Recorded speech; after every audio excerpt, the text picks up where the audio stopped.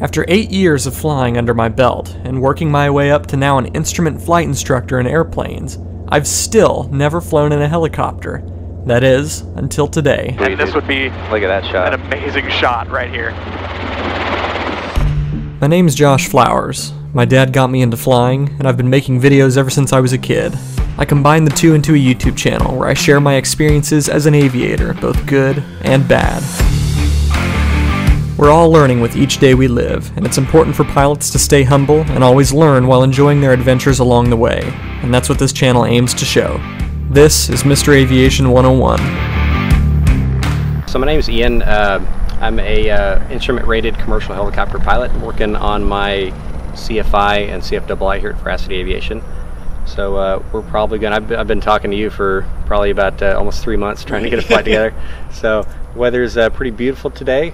Clear skies, pretty much no wind today, so we're just gonna hop up out of here, head over to Austin, do a nice low level, probably a lot lower than you're used to, flight over Austin. You know, take some cool shots, do a couple laps, and then head on back. Just kind of, you know, show you some basic intro helicopter stuff.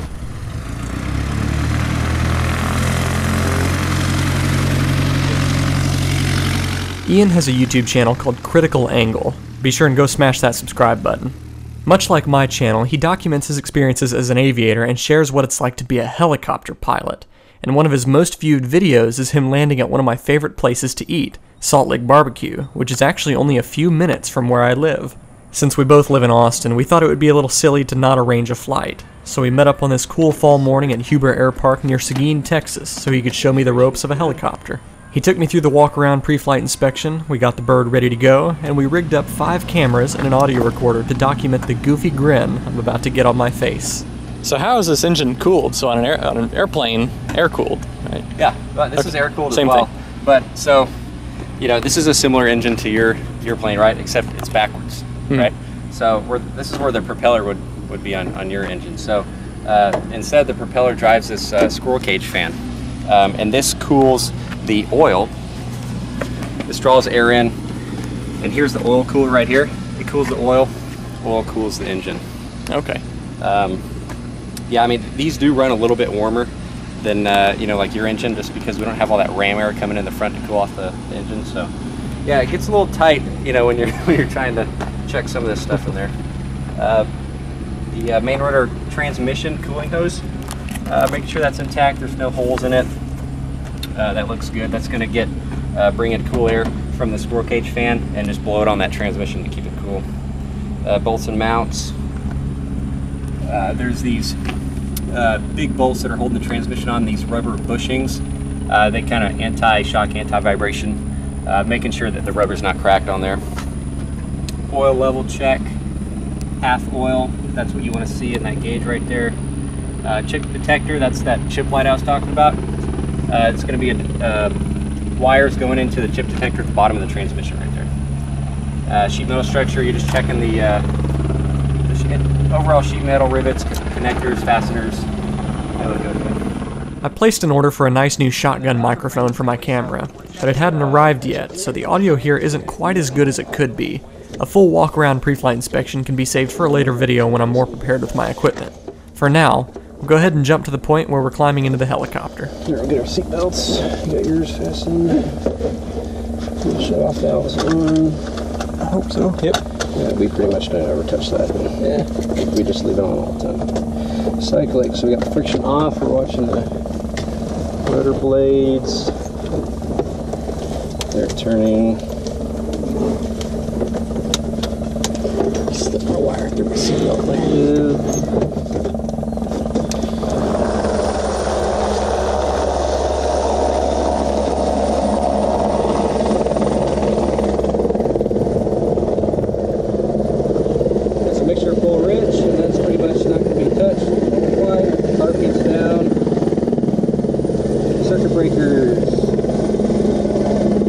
This is the one really important circuit breaker. If we got a clutch line on that's longer than 10 seconds, I might have you reach down and pull this one, this red one.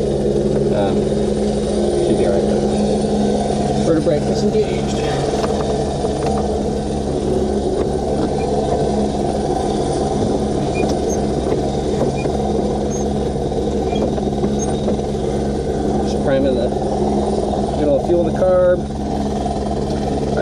Robinson detent.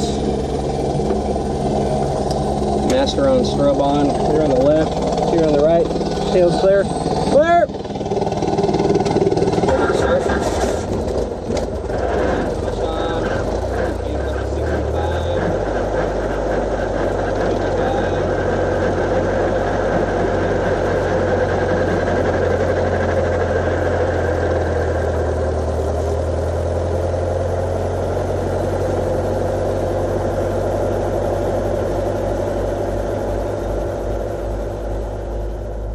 All right, clutch lights out. We're going to come up to 75%.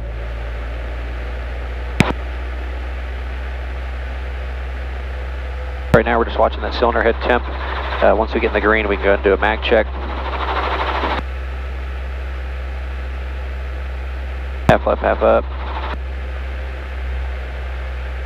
All right, in the green, so we're going to check the mags. We're looking for no more than a 7% drop in 2 seconds. All right, 1, 2. Let it recover. Recover on its own, and left, 1, 2. All right, mags look good. We're gonna check the carb heat. Carb heat is up. Push it back in. And carb heat's falling. So we're gonna check the sprag clutch. So what we're looking for is we're gonna cut the throttle. We're looking for this left needle to move independently of the rotor system. Okay. We're gonna do that in 3, 2, 1. And there we go. So that means that in the event of an engine failure, the rotor system is going to keep its energy. All right, 32 degrees.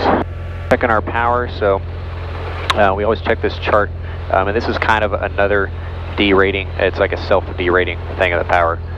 So we're looking at our temperature, and then with the manifold pressure gauge.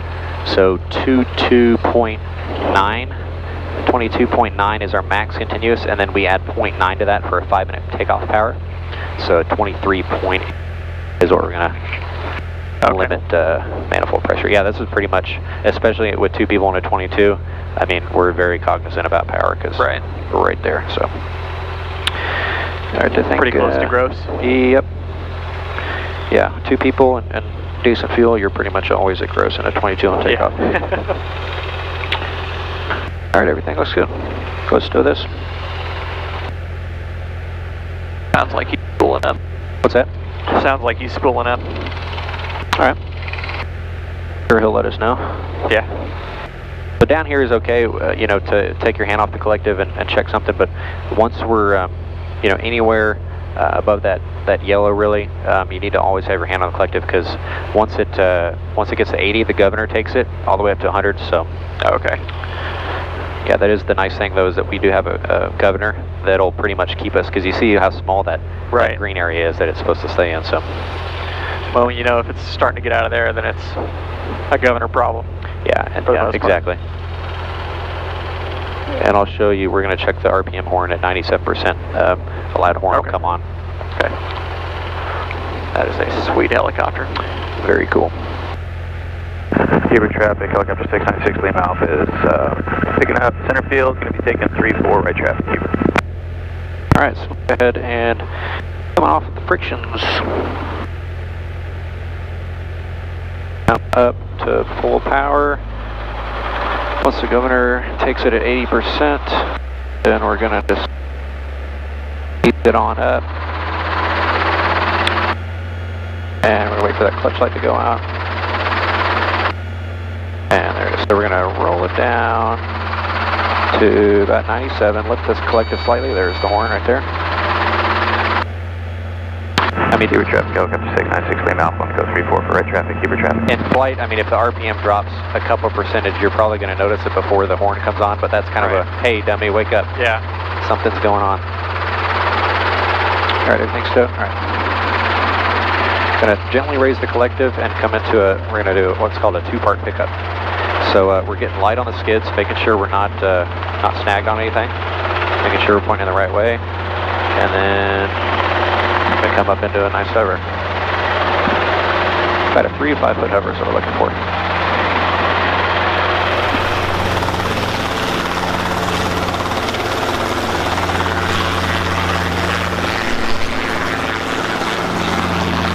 All right, I I got him in sight on the left, clear on the right. Hubert traffic, helicopter 223 Mike Golf, going to be departing via runway 34 to the north, Hubert. Now go ahead and take the runway, line up with the center line. Hubert traffic, helicopter 696 Lima Alpha is turning right downwind to 34 Hubert.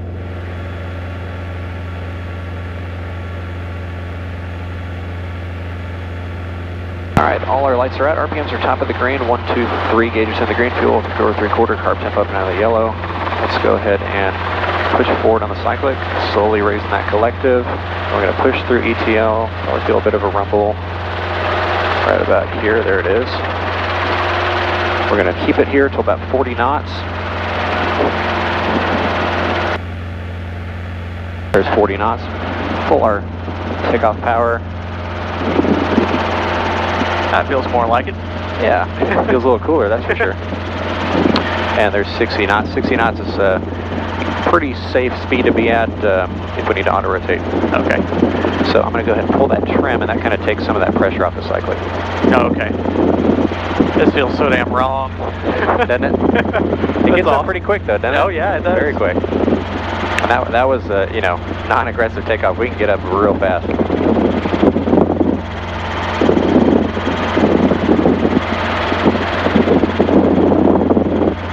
There's a little more vibration than assessment. Yeah, that's why I was talking about those camera mounts. Is Right. It vibrates a little bit more. Well, it looks like these are handling it just No, fine. these are going to be fine. I mean, I'm telling you, man, this is a perfect day. Wind's calm. No kidding. It was a little warm, but man, now that we're up here. So we're going out to Mason for a little while. We'll be home a little later. Okay. Use your inside voice. Hubert traffic, helicopter 696 Lima Alpha is right base 434 Hubert traffic. It's pretty cool. Is it weird flying this low? Yeah, it's really weird. Flying this low and at like 75 knots. Yeah. Which honestly isn't that slow, you know. When I'm this slow, that's about how fast I'm going, because Yeah. I'm on final. You know? Yeah. Or I'm climbing out. It's funny, you know, you spend so much time at 500 AG on a helicopter that once you get up to a couple thousand feet, you're like, oh, this is wrong. Yeah. But, you know, if you look, you don't usually have that kind of view straight down in your plane, I'm sure, right? No, not at all. That dude needs to clean his pool. God damn. Being that close to a tower is like alarming. Yeah. To me. Normally I'm moving so much faster. Yeah, we have the beauty of being able to stop in the air if we need to. Right. Yeah, not me. So I guess wintertime, the doors go back on, huh? Yeah. Yeah. It's a little chilly. Yeah, it's like right on the edge of... Yeah, and it's like now I'm starting to notice, because, you know, the instructor's hand for the collective is pretty much hanging out the left side of the helicopter. Yeah. So, you know, when I was going up through training, I started to be like, God, I can't feel my hand. Yeah. So I'm going to have to deal with that, you know, being a CFI soon. Yeah. So how... 3 Mike Golf, contact approach 125.32. 2532 for 3 Mike Golf, thanks. Alright, you are up. Alright, let's see where are we at. We're about out of and also approach helicopter 223 Mike Golf with you 1,600. Helicopter 3 Mike Golf, Austin approach, order. I'm feeling the left side of my body kind of go numb. There's just the tiniest dip in the air this morning. Yeah, a little bit. Starting to feel like fall. Obviously, you fly over Austin a lot. What is your altitude normally? 2,000 is my minimum. 2,000. To stay 1,000 feet above that tall condominium. Sure. So, you know, I'm sure you're familiar with 91-119, and are you familiar with the exemption that we have? Not totally. So, 519, contact tower 121.0. So helicopters are actually exempt from that minimum altitude, and the only caveat is that we can't endanger persons or property on the ground. Right. So, you know, like I was saying earlier, that 500 feet, or maybe I wasn't saying it, but 500 feet is generally agreed upon a height that if you need to auto-rotate, you've got enough time to set yourself up and find a landing zone. And of course, we have the ability to land in a small, confined area. Right. You know, so we're going to be a little bit lower over Austin than you're used to, but Hey, I'm okay with that. it's going to be pretty cool. Yeah, another reason why I don't like to go into 500 is because that you know, drones are up to 400 if they're being legal, or maybe higher. You know, so it's like you know, even at 50 knots, you'd come up on a drone pretty quick. Yeah. Looks like somebody had some fun in that parking lot last night. There's some fresh donut skid marks around the light poles. Look up 3 my golf. I'm not ready to proceed on course. Proceed on course, 3 my golf. Well, I'm getting my rotorcraft. Yeah. Sold. Sorry, bro. Sorry, I got you addicted. You just cost me a lot of money. It is just straight level, man. We'll start doing autos and oh yeah. Oh my goodness. You want to talk about some fun. There's Sands.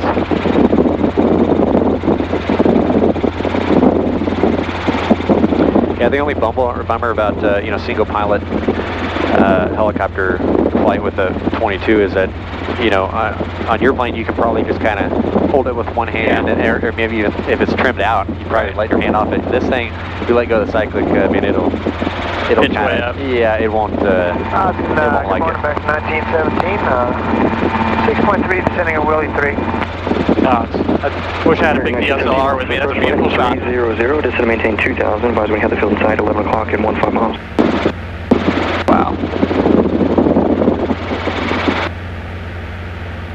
So, in the interest of getting inside of your head, if you were to lose the engine, where would you put it right now? That's a pretty nice spot right there. We could probably do a 180 auto. I mean, in a pinch, since everything's so congested, if I was over here, I'd probably just go for the water.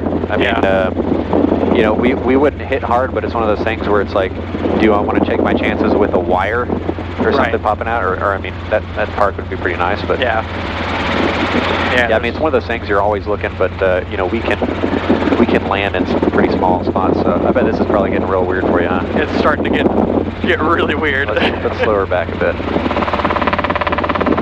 That blade slapping on. Yeah.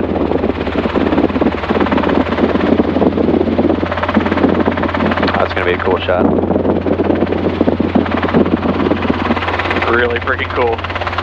Now, obviously, we don't hang out here too long just to not to bug people, but right. I also think that's one of the coolest sounds. Oh yeah, I love doing that. You start to take the pitch out of those blades and descend, but you know, it's like flying over, I mean, downtown's not a huge deal. Flying over residential areas, we try to limit that blade slap as much as we can. We'll go over by UT Stadium here. Man, screw a drone. This is how I want to film. Yeah, dude. Yeah, I took a friend of mine up and I put my DSLR in her hands, and we got some pretty cool cool video. Awesome. I'm like resisting the urge to take my phone out. I'm not about to do that. Yeah, especially because the tail rotor's on your side. Oh yeah. Yeah, if it were to get sucked out on that, it'd be a bad day. Not a great time. That's not really recoverable, is it? No, if a tail rotor failure, that's okay. I mean, it depends on how bad it is. If it shreds the tail cone, then probably not. Yeah. But you know, 1917 contact tower 121.0. They've got a video playing on the Jumbotron down there. Oh really? Yeah. Highlights or something. But I mean, yeah, if we were to have a tail rotor failure, we could auto rotate down, and it would be you know, canted real hard to the side. But it's one of those deals. As long as you have that forward airspeed, it'll kind of generally keep you straight. Yeah. It's not going to be fun though. No, I can imagine that. There, UT.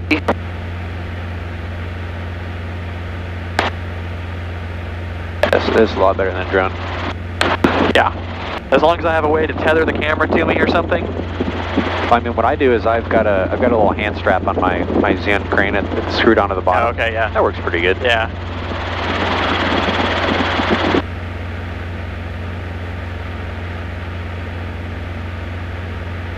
I mean, being able to be this low, you just get shots that, yeah. I mean, if you have a big ass telephoto lens, you could get that, but yeah, it's nice being able to get the wide angle and you know, be that close to it. Yeah, and I mean, the vibration is, I mean, when you get to your hands, you know, it's pretty minimal. Yeah. And that's, yeah. Damn, I wish I took my camera with me. I should have brought, I have a wrist strap for it. Yeah. If I would have brought a wrist strap, then I totally would have brought it with me. That would have been sweet, and this dude. would be Look at that shot. an amazing shot right here.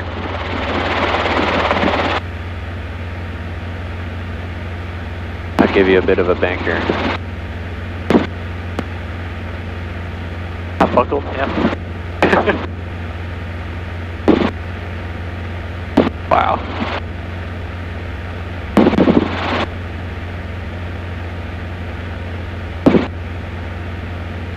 I didn't kayak once this summer. So how high above these rooftops would you say we are? Like 200 maybe? Yeah, maybe about that, yeah. 250? We haven't even been down to 500. We've been about 600 AGL the whole time. Yeah. Still impressive. Yeah, it's a different world down here.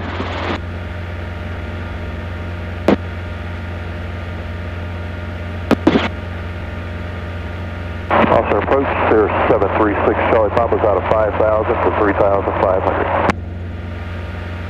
Sierra 736 Charlie Papa, Austin approach, ready. Be everybody's dream, right? To commute to work in a helicopter. Yeah. I'm surprised you hadn't been in one yet, man. No, this is my first flight in a helicopter. Not even a tour or anything? Nope.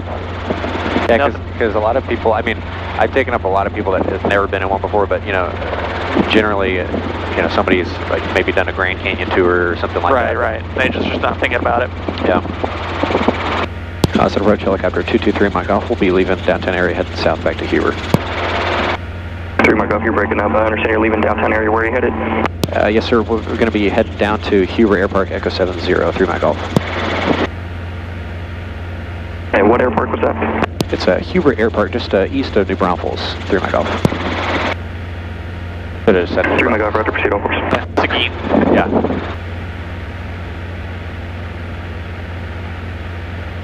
So you notice that, like, we don't really get, I mean, obviously there's not a whole lot of thermals cooking up yet, but, you know, in the plane, you get probably a lot. You're going to stay low level?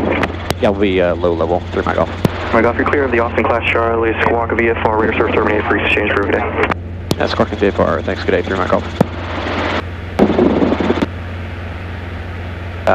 Yeah, but, you know, since the rotors, you know, they flex and everything, it's kind of like a suspension, like a spring. Oh yeah, we're kind of suspended and yeah. I mean, you'll get kicked around the sideways, but you don't get a whole lot of that. 4,000 for traffic arriving into Executive Airport. Out of about 4,000 for 6 Charlie Papa. We'll stay here at 4,500 to you by.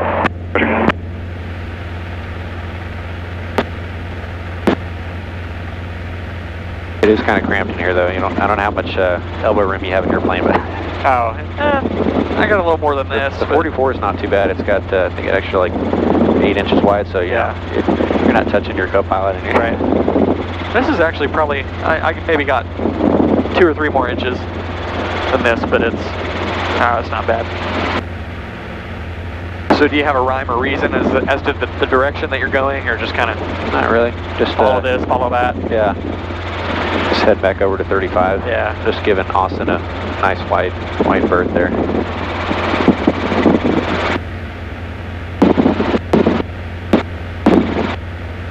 Yeah, I mean, flying over these dense areas, you know, it's Sierra 6 Charlie Papa traffic. definitely something that you're looking a little bit more at, like, you know, looking for open fields. Luckily, there's plenty, but you know, a residential area with trees, and that's not a bad road right there. But you know, those wires, I mean, you're not going to see them until you're right up on them. Yeah, the smaller ones. Yeah, so what we look for is we're looking for the towers, The poles? and the poles, yeah. Okay. Sierra 6 Charlie Papa, you can continue your VFR descent now to maintain VFR below 2,500. Traffic for you to follow is at your 11 moving to 12 o'clock and 8 miles at Southwest 737 descending out of 4,000. Looking for the traffic. You know, especially if you're really low, over the like if you're over the lake or something like that. You know, those wires that string across. It's just something that, you know, we 2748, turn left heading 200, clear for the approach, runway 17. That's okay to do, but you do your recon, high recon, right? And we're flying to the side of it, a little bit higher up, and we're looking for those poles because, man, I've seen, I don't know if you've seen that video of that guy paramotoring down a river, and then all of a sudden he hits a wire and just... And he's lucky he was low, but sometimes he'll be hide behind a tree or something like that. Right. So, you know, if you look at that red line on the of our V&E, the reason that helicopters have a V&E is for something called retreating blade stall. Okay. So it was kind of what I was talking about with the dissymmetry of lift. Yeah. You know, it gets to a point where, because right now, you know, we've got 85 knots going over the advancing side on the right, and then that 85 knots is going against the rotor on the left. So eventually it gets to a point where the rotor stalls on the left. Differential gets so great, yeah. Okay. So you'll start to stall on the left, and then, you know, that's a bad deal. You'll start to roll. So what you want to do is you want to lower that collective, get the pitch out of the blades, and it'll start to pitch up too when it gets close to that V&E. And what you don't want to do to slow down is go aft cyclic, because then you'll pitch up even more, stall even harder. Okay, yeah. San Marcos Tower, helicopter 223 Mike Golf, over 35, 10 to the north, transitioning north to south at 1,600.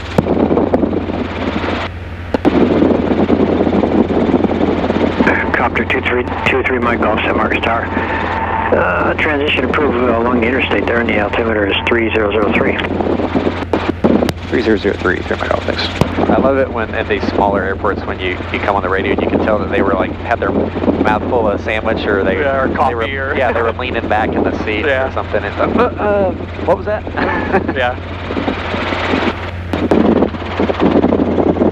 Huber traffic, helicopter 223 Mike Golf, entering a 45 right downwind for 34. We're going to extend out a bit. We got that traffic inside on the runway. Huber. Copy, 1 West Commissioner will be vacated in 30 seconds. Thank you, sir. No rush. Taxiing really fast. Yeah. Don't want to rotate on the taxi back. Hey, and you lining up to coming in through direct into the runway, or are you going to go direct to Veracity? We can go direct to Veracity once this guy takes off here. 3 Mike Golf. We're in midfield right now. I was just wondering if we got time to take off. Oh yeah, you're good. Go for it. 3 Mike Golf. All right, helicopter 830 Juliet is taking a runway. The other 22. For reckless traffic. Huber. It's one of the instructors there. Okay, he's putting it up. I thought he was taking off. Oh, okay. They're setting up all the planes for the, they wanted to do some aerial shots. Oh, yeah. That was pretty sweet. Alright, so carb heat is up, lights are out, RPM's top of the green, 1, 2, 3 gauges of green fuel, almost empty, and half carb tempo manual. That was one of the funny things, is that, you know, early on in training is going through that and then just saying it, just to say it, not actually stopping at the gauges. And, and my instructor caught me in one thing because he had pulled a circuit breaker and the oil pressure or something went in. I just looked right over it. Yeah. All right, so we're clear on the left, center, right. I-10.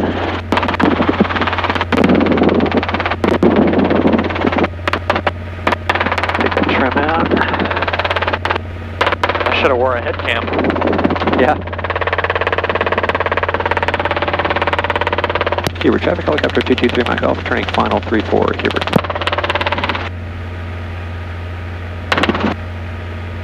A little tight on that one.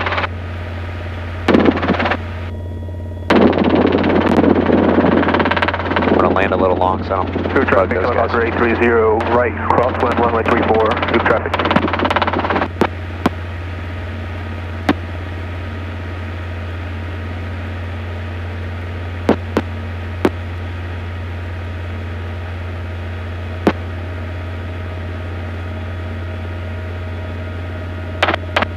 This is probably a weird sight picture right for you. It's huh? incredibly, just feel like I'm about to fly. We'll talk about it on the ground. It's very unnatural. Huber traffic, helicopter 830 Juliet, right, downwind, runway 34, Huber traffic. We're doing aft cycle to slow us down. We're gently raising that collective. We're back in a hover. We'll do a little air taxi. I'll show you a quick stop. So if we were air taxiing right now, and somebody pulled out in front of us, we would just do a little quick stop. Oh, that feels so weird. That's crazy.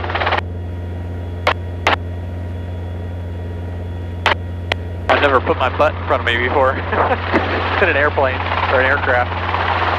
I'm going to land in front of that pad again just so I don't have to walk in the mud. Yeah. We need to get the mower out here too.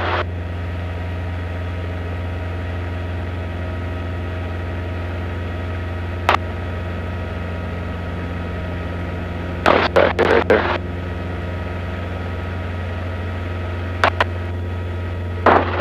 Beautiful. That's awesome. And then what we'll do is we'll lower our down to 75. That'll keep that squirrel cage fan spinning enough air to cool us down.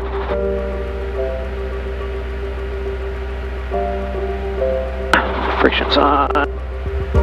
Again, like I was saying, that you know, always got to leave that hand on the collective when you're up in this RPM range. Oh yeah. Super traffic, helicopter 830 Juliet, right space, runway 34, super traffic. I mean, with the friction on, the cyclic's usually not going to go anywhere. I still like to kind of clamp it with my legs and just to make sure, you know. Start that timer.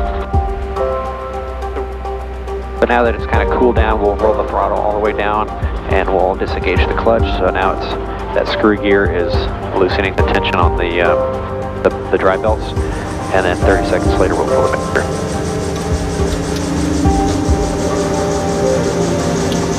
Awesome.